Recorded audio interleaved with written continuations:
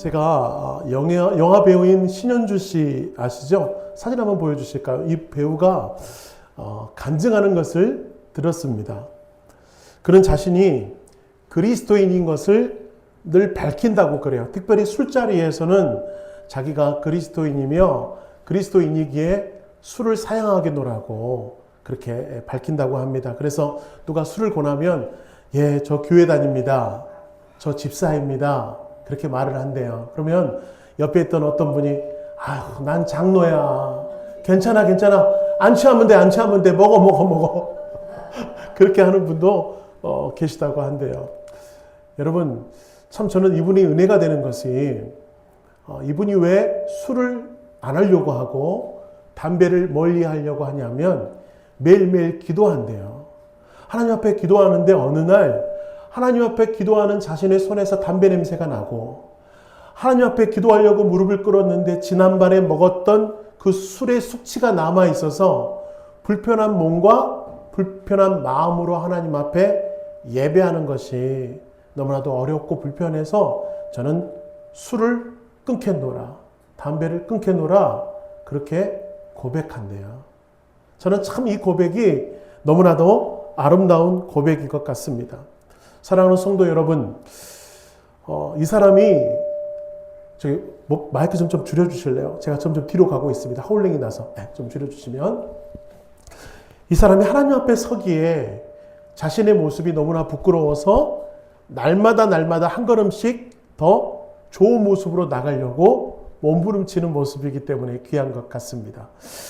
제가 지금 여러분과 함께 4주간에 걸쳐서 어떤 말씀을 전하고 있죠? 기도, 그것이 알고 싶다. 기도, 그것이 알고 싶다.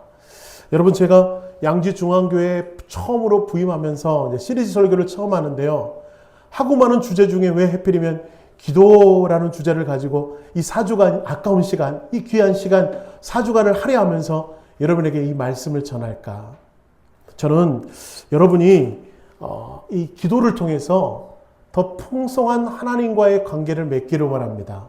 아울러서 기도를 통해서 하나님과 더 깊은 성령의 체험을 누릴 수 있게 되기를 축복합니다.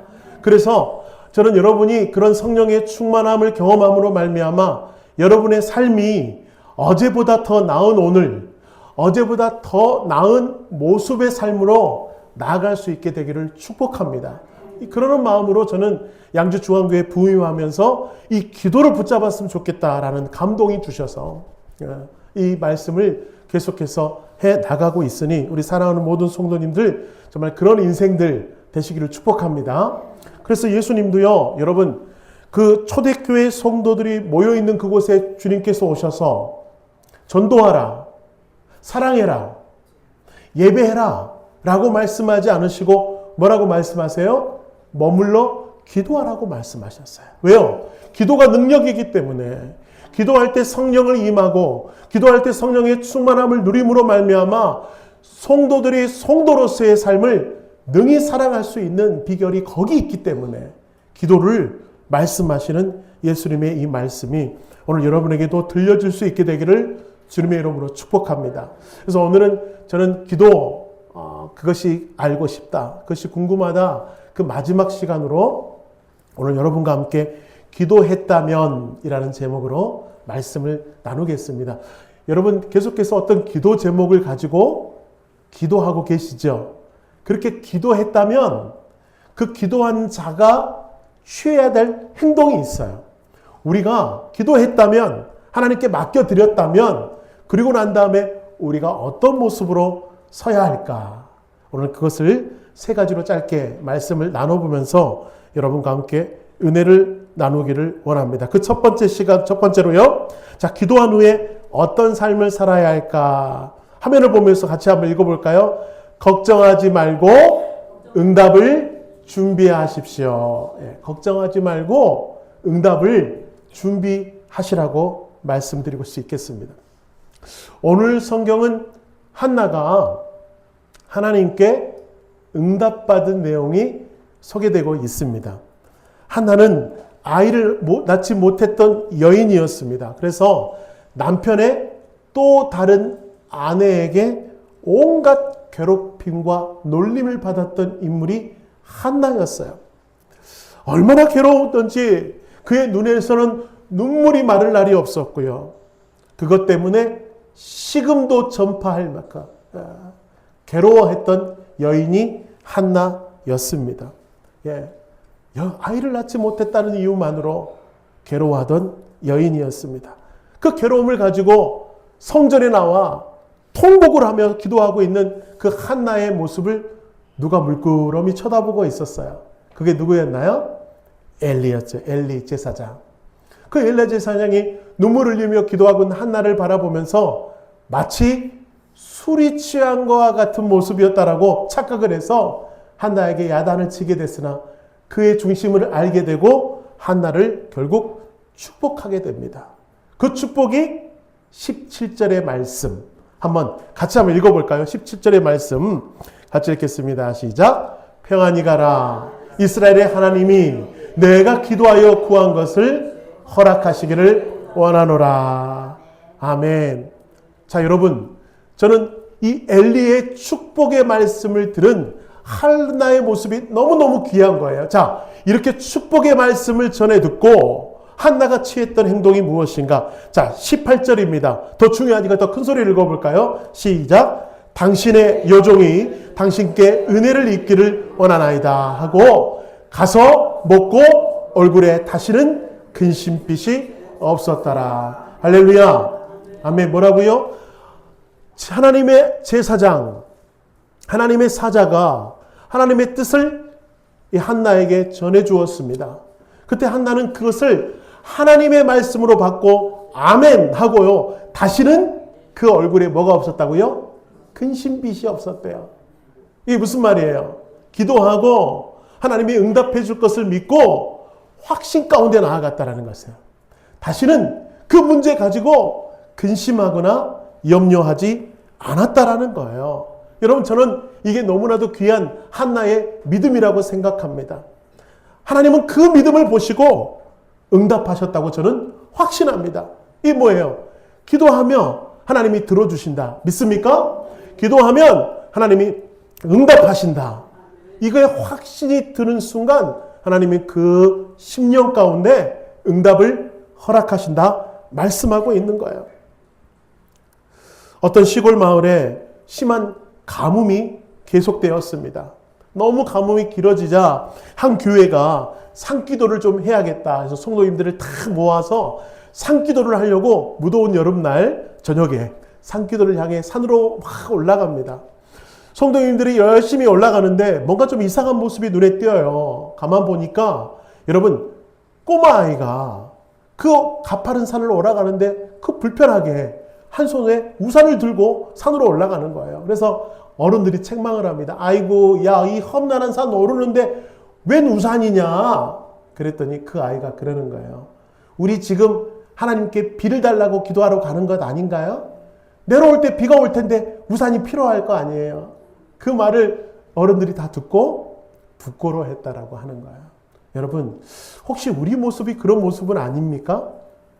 하나님이 우리에게 분명히 기도 응답을 약속하시는 것, 우리가 믿고 기도하잖아요. 맞습니까?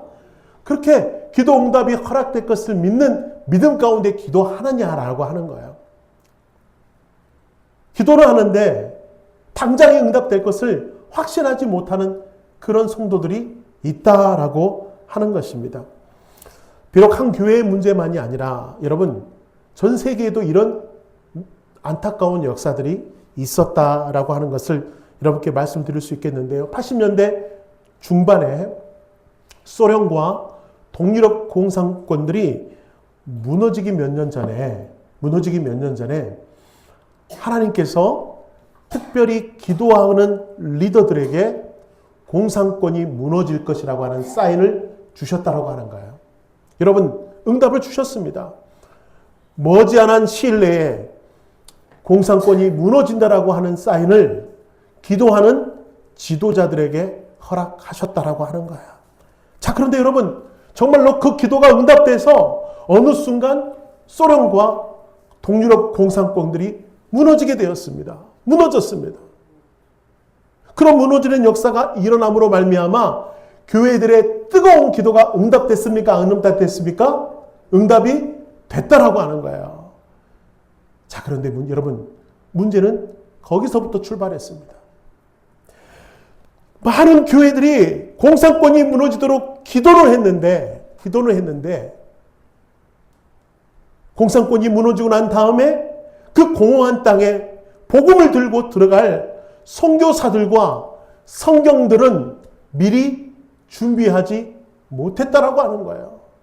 그러니까 여러분, 공산권이 무너지는 저 땅에 복음이 심겨지고 말씀이 심겨져야 할 텐데 미리 준비하지 못해 그 땅에 여러분 마약이 들어가고 음란물이 들어가고 이단들이 들어가서 판을 치는 역사들을 여러분 우리 역사를 통해서 다 봤잖아요. 그렇지 않습니까? 그런 안타까운 현실 앞에 여러분 예수 전도단 로렌 허님행이라는 총재는 이렇게 말을 했습니다. 공산권 선교를 위해 오래도록 기도만 했지 정작 하나님께서 기도에 응답해 주셨을 때 그것을 감당할 준비는 하지 못했다라고 하는 것. 하나님이 준비하지 못했다. 기도를 하면서도 그 기도가 응답될 것을 미처 준비하지 못했다라고 하는 그 말씀 앞에 우리를 돌아보는 시간 됐으면 좋겠습니다. 어떤 청년이 기도해요. 주여, 좋은 배우자 만나게 해주세요. 열심히 기도합니다. 그런데 정작 기도는 하는데 여러분 그 결혼을 했을 때 그렇죠? 배우자와 함께 살 집도 마련하지 못하고 영적인 부분도 준비하지 못하고 물질적인 부분도 준비하지 못하고 정서적인 것도 준비하지 못하고 기도만 하고 있다면 여러분 그 기도가 응답되겠냐라고 하는 거예요. 어떤 성도는 기도합니다. 주님, 제가 이번에 정말 높은 자리에 올라가야 되겠습니다. 진급할 수 있도록 도와주십시오. 그렇게 기도하면서 정작 그 자리를 올라갔을 때 그 자리를 감당할 만한 준비를 하고 있느냐라고 하는 거예요. 물질의 축복을 달라고 기도하면서 그 물질을 어떻게 쓸지에 대해서 미리 준비하지 않고 물질의 축복만 달라고 기도하는 우리의 모습은 아니냐라고 하는 거예요.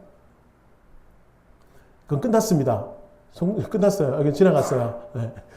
여러분, 세상 일도 준비되지 않은 사람들을 쓰지 않습니다. 맞습니까? 준비된 사람을 쓰죠.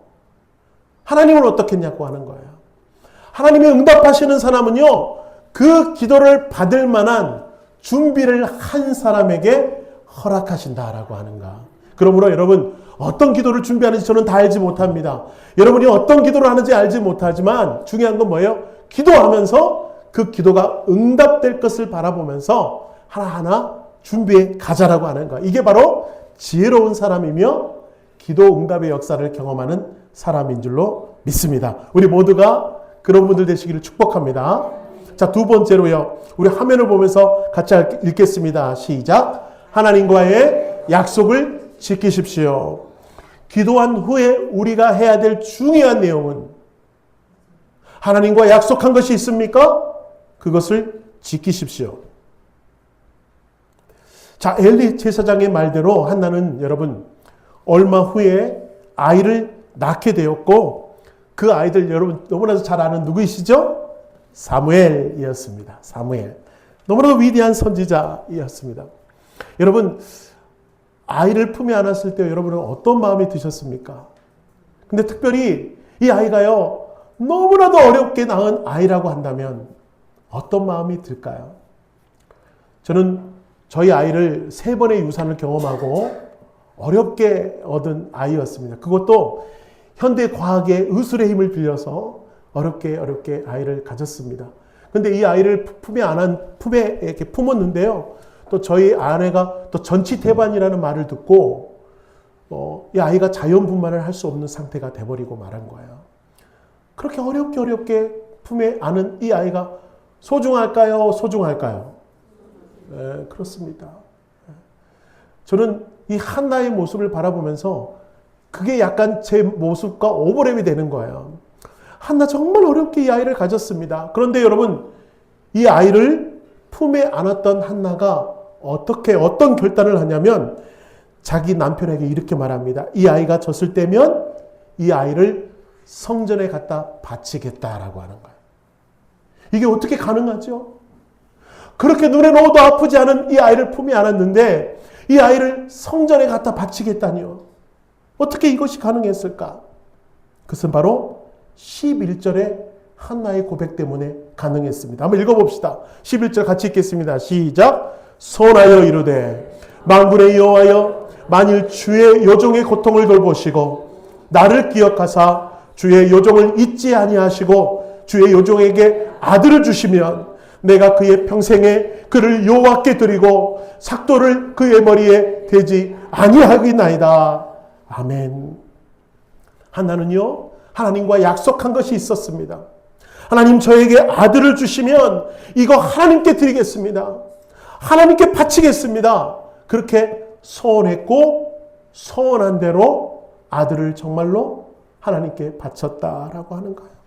어렵게 얻은 아들, 너무나도 아까운 아들, 그 아들을 하나님과 약속이 있기 때문에 그 약속을 기억하여 하나님께 드릴 줄 알았던 한나의 믿음, 그 믿음이 아들을 살린 겁니다.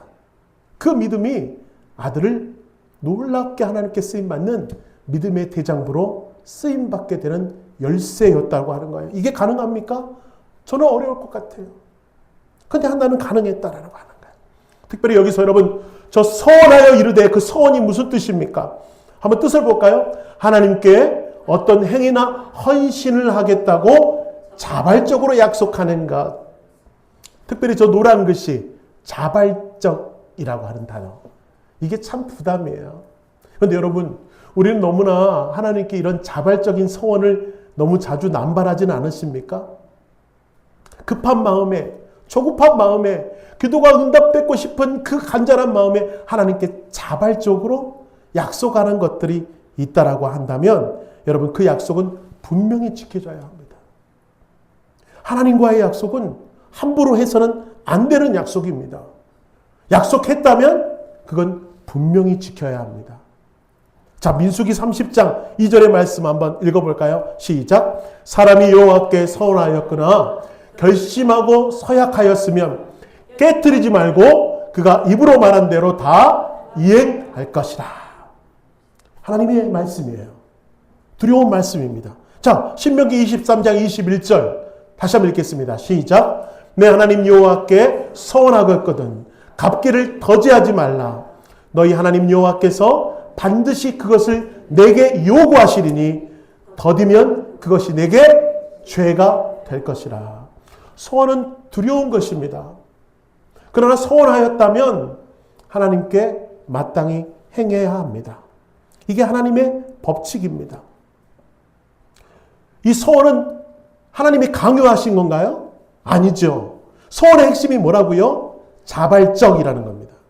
내가 원해서, 내가 감동이 되어, 내가 하나님이 주신 은혜가 너무나 커서 자발적으로 하나님께 고백하는 것, 그게 서원이라고 하는 거예요. 이주유 목사 가정에는요, 아버지가 중환병에 와라 불치병으로 죽을 지경에 이르렀습니다. 그런데 하나님의 극적인 드라마와 같은 놀라운 역사를 경험하여 죽을 것 같았던 저희 아버지가 생명을 얻게 되었고, 그 은혜가 너무 감사하여 제가 주님 앞에 더욱 간절히 매달리고 기도했던 것들 하나님이 기억하셔서 저에게 성령의 뜨거운 체험을 허락하십니다. 고등학교 2학년 겨울 흑석산 기도원 다락방에서 막 성령의 체험을 하니까요, 제가 뜨거워가지고 새벽 1시까지 이 큰 덩치가 저희는 보통 기도원에 들어가면 기도원에서 잤잖아요. 그렇죠? 이불 깔고 좀 자야 되는데 제가 얼마나 뜨겁게 은혜를 받았던지 새벽 1시까지 떼굴떼굴 굴르면서 가뜩이나 목소리도 돼지 목탁처럼 큰데 호래호래 쓰러질리면서 막 온 복도를 막 해집고 다니는데 저를 발로 안 밟고 참아주셨던 모든 성도님들께 너무 감사하고, 그 은혜를 체험하고 나니까요, 제가 자발적으로 뭘 하냐면 소원을 합니다. 하나님, 아버지 살려주신 것, 그 생명 갚아주심으로 제가 하나님 일하겠습니다.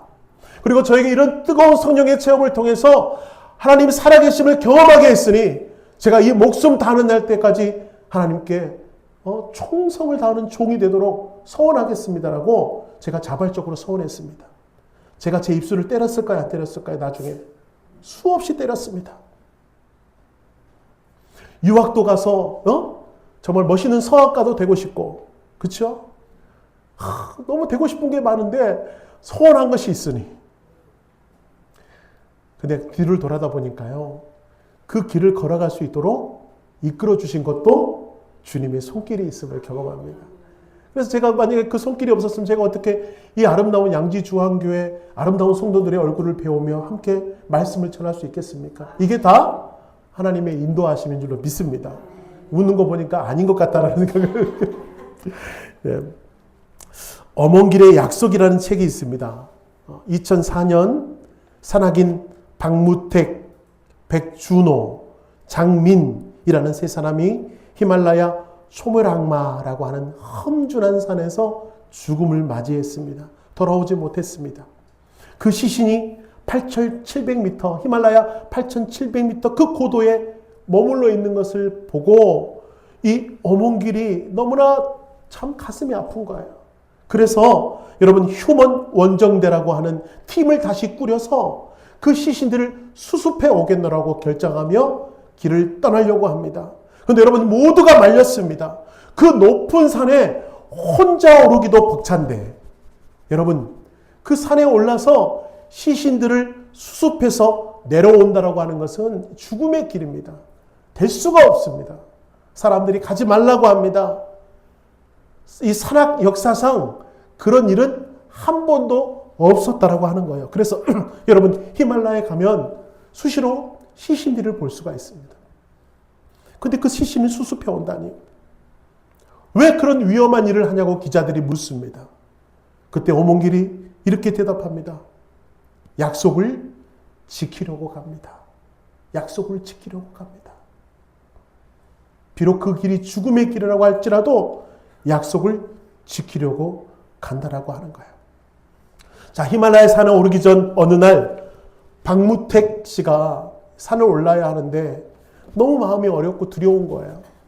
그래서 엄대장에게 이렇게 말을 했습니다. 이렇게 위험한 길 내가 꼭 가야 될지 고민입니다. 라고 엄대장에게 말했더니 엄원길 대장이 이렇게 말했대요. 야, 너는 할 수 있어. 내가 너 책임질게. 내가 너 책임질게. 그 약속이 떠올라서 견딜 수가 없어서 내가 다시 그 산에 가서 그 친구들을 수습하러 갑니다. 라고 말하는 거예요. 왜요? 내가 책임질게라는 약속을 했기 때문에 그 약속 지키러 간다라고 하는 거예요. 여러분, 사람과의 약속도 이렇게 목숨을 걸고 지켜야 할 지경이에요. 여러분, 하나님과의 하신 약속, 그 약속이 무슨 약속이냐 알 수 없으나 그 약속을 했다면 반드시 지키셔서 여러분 약속을 지키며 신실하게 믿음의 걸음을 걸어가는 그런 사람에게 더 큰 기도의 역사로 함께 하시는 주님의 도우심 우리 모두가 경험하시는 아름다운 양지중앙교회 성도들 되시기를 축원합니다. 우리 마지막으로 하나 더 살펴보고 말씀을 마무리할 텐데요. 자, 기도한 후에 어떤 삶을 살아야 하는가 같이 읽겠습니다. 시작. 기도 가운데 주시는 마음대로 실천하라. 예, 기도 가운데 이 주시는 마음이 있다면 그것을 실천하라라고 하는 거예요. 기도하면 응답받는 가운데 하나님이 주시는 마음이 있다면 그것이 실천하라. 능력 있는 기도, 열매 맺는 기도의 핵심은 실천하는 데 있는 줄로 믿습니다. 자주 우스갯소리를 제가 이런 얘기를 할 때가 있죠. 어느 성도가 막 기도합니다. 내 잔을 채워주시옵소서. 기도 응답해달라고. 내 잔을 채워주시옵소서. 이렇게 기도를 막 해요. 그랬더니 하나님이 그럽니다. 야, 잔을 좀 채워주도록 뚜껑을 좀 열어야 되지 않겠니? 사진 한번 보여주세요. 이런 마음인 거예요. 아니, 내 잔을 채워주시옵소서 하면서 뚜껑을 열어야 채워주지. 그렇죠? 이게 무슨 말이에요? 기도를 하면서도 행동으로 옮기라고 하는 거예요. 기도했습니까? 행동으로 옮기라라고 하는 말씀. 우리에게 도전으로 주십니다. 오늘 본문에 나오는 사라는요, 기도만 한 여인이 아니었습니다. 한나는 기도만 한 여인이 아니었습니다. 그는 실천하는 여인이었습니다. 무엇을 실천했습니까? 기도를 실천했습니다. 그리고 하나님께 소원한 것을 행동으로 실천함으로 말미암아 아들을 바쳤다라고 하는 거예요. 아들을 바치기까지 행동했던 여인이었습니다. 여러분, 바로 그게 하나님께서 응답을 이루는 놀라운 열쇠라고 하는 거예요. 하나님이 응답해 주셨습니까? 실천하고. 또 하나님이 응답해 주셨습니까? 또 실천하는 그런 아름다운 발걸음이 너무너무 중요하다. 그래서 여러분, 빌 하이베스 목사님은 자신의 책 너무 바빠서 기도합니다. 그래서 이렇게 말했습니다. 아멘을 했다고 기도가 완전히 끝난 것이 아니다. 진짜 중요한 기도의 마무리는 아멘한 뒤부터이다. 아무리 홈런을 쳤다고 해도 치고 나서 홈 베이스를 확실히 밟지 않으면 점수를 내지 못하듯 기도도 하나님이 명하신 거룩한 삶을 실천하지 못하면 완성된 것이 아니다 라고 하는 거예요. 기도 응답의 끝은 뭡니까? 실천이라고 하는 거예요. 거기서 기도 응답의 완성이 있다라고 하는 것이에요. 여러분, 느헤미야는 페르시아의 술 맡은 관원장이었습니다. 왕의 최측근이었습니다. 부와 명예와 권력이 있는 자리였습니다. 여러분, 거기서 자기 혼자 너무 편하게 살 수 있어요. 그런데 그 귀에 무슨 말이 들립니까?